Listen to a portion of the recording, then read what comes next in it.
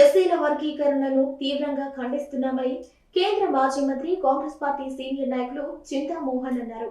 ఆయన press conference ని నిర్వహించారు. ఈ సందర్భంగా ఆయన మాట్లాడుతూ పక్కనే ఉన్న ఏపీ కంటే పెద్ద రాష్ట్రమైన తమిళనాడులో ముఖ్యమంత్రి స్టాలిన్, కేరళలో లెఫ్ట్ పార్టీల ప్రభుత్వం, ముఖ్యమంత్రి విజయన్లకు లేని ఆలోచన ఏపీలో ఎందుకొచ్చిందని ఆయన ప్రశ్నించారు. తమిళనాడు, కేరళ రాష్ట్రాల ముఖ్యమంత్రులు సుప్రీంకోర్టు జడ్జిమెంట్ కాపీలను బుట్టలో పడేశారని అన్నారు. మొదటిది ఎస్సీల వర్గీకరణ.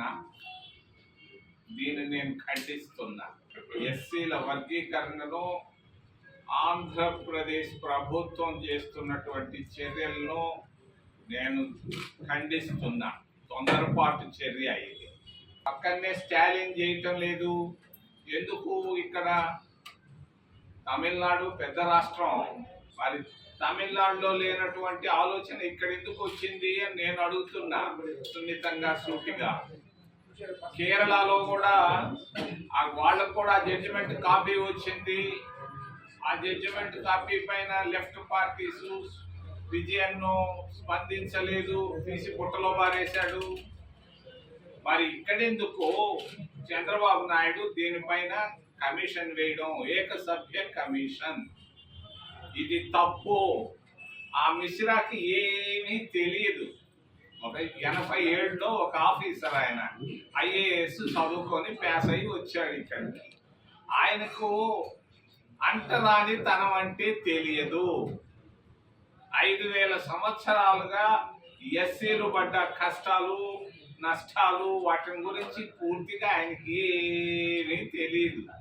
ముక్కు ముఖం తెలియనటువంటి మిశ్రాన్ని తీసుకొచ్చి నువ్వు జిల్లాలు తిరగమనడం చంద్రబాబు నాయుడు చేస్తున్నటువంటి పొరపాటు చర్య. దీన్ని నేను ఖండిస్తున్నా. దీనివల్ల చాలా నష్టం వస్తుంది చంద్రబాబు నాయుడికి.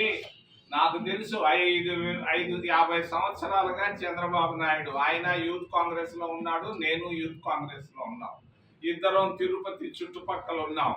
మరి ఆయనకు నేను సూటిగా తెలియజేస్తున్నా, తప్పు చేస్తున్నావు చంద్రబాబు నాయుడు, నువ్వు కొంచెం సరి చేసుకో, నీ చెడ్డీ జారిపోకముందే సరి చేసుకోమని నేను తెలియజేస్తాను.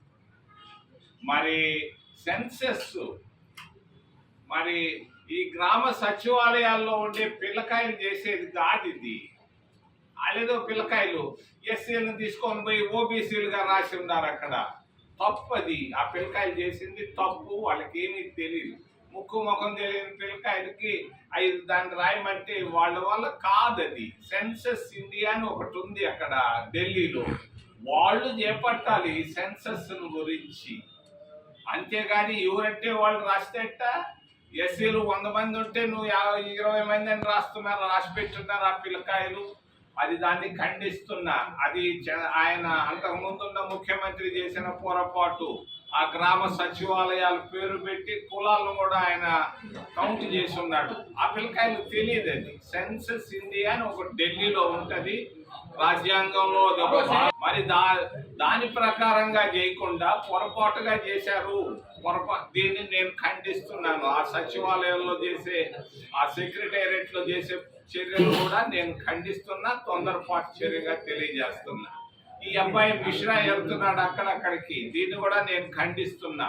చంద్రబాబు నాయుడు జాగ్రత్త. నువ్వు చేయాల్సింది ఏంది? ముఖ్యంగా నిరుద్యోగం. ప్రతి ఇంట్లో 2 నిరుద్యోగులు ఉన్నారు. వాళ్ళ గురించి ఆలోచించు. మరి ట్యాక్సులు, నువ్వు నిర్మలా సీతారామన్ 2 రోజులకు ఒకసారి వెళ్తున్నావు, పోయి వస్తున్నావు. ఏమి ట్యాక్సులు? ప్రతి దానిపైన ట్యాక్సు, మాత్ర పైన ట్యాక్సు, మరి పాప్కార్న్ పైన ట్యాక్స్. ఒక్కదానిపైనే ట్యాక్స్ లేదు. భార్య భర్తకు ముద్దు పెట్టడం పైన ట్యాక్స్ లేదు. మిగిలినన్నిటిపైన ట్యాక్సులు పెట్టేశాడు. ఏంటి ఆ మోడీ ఏం చేస్తున్నాడు? ఆయన ముద్దులు పెట్టుకునే దానిపైన అదేమన్నా కూడా చెప్తే ఇంకా దీని మీద కూడా ఎక్కువ డబుల్ ట్యాక్స్ వస్తుంది. అది ఎవరు చెప్పినట్లేదు నిర్మలా సీతారామన్కి, మోడీకి, అమిత్ షాకి. అది కూడా పెట్టేస్తారేమో. మరి ఈ ట్యాక్సుల పైన చంద్రబాబు నాయుడు తగ్గించేదానికి పోవాలి. లేదు, ఉక్కు ఫ్యాక్టరీ ఒకటి ఉంది ఇక్కడ, కాంగ్రెస్ పార్టీ ఇందిరాగాంధీ, బ్రహ్మానంద రెడ్డి తీసుకొచ్చింది. దాన్ని మళ్ళా మామూలు స్థాయికి తీసుకురావాలి.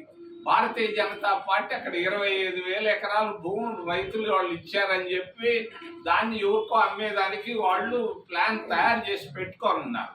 దాన్ని అక్కడ ఉన్నటువంటి వేలాది మంది ఆ ఉక్కు పరిశ్రమలో ఉన్నటువంటి కార్మికులకు సహాయం చేస్తే బాగుంటది. కానీ ఈ వర్గీకరణ జోలికి వచ్చావు చంద్రబాబు నాయుడు, నీకు నష్టం, చాలా కష్టం.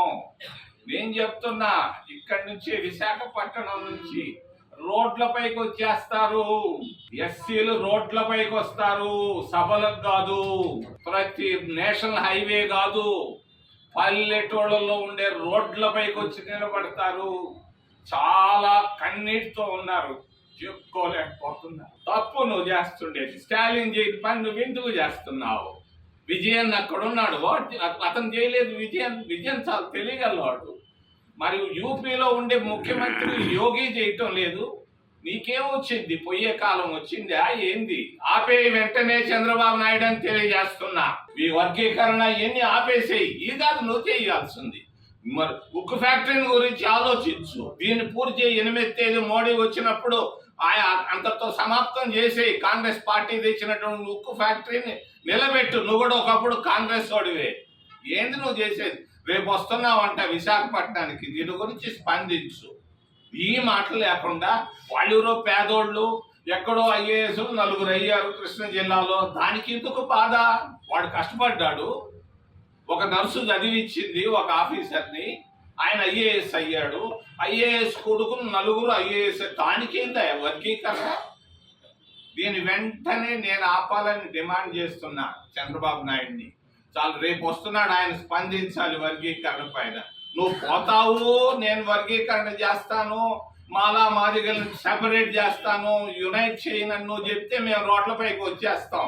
రోడ్లపైకి వచ్చేదాన్ని చాలా బాధతో ఉన్నారు, కన్నీటితో ఉన్నారు, క్రోధంగా ఉన్నారు. నేను తెలియజేస్తున్నా సున్నితంగా, వర్గీకరణ జోలికే రాబా.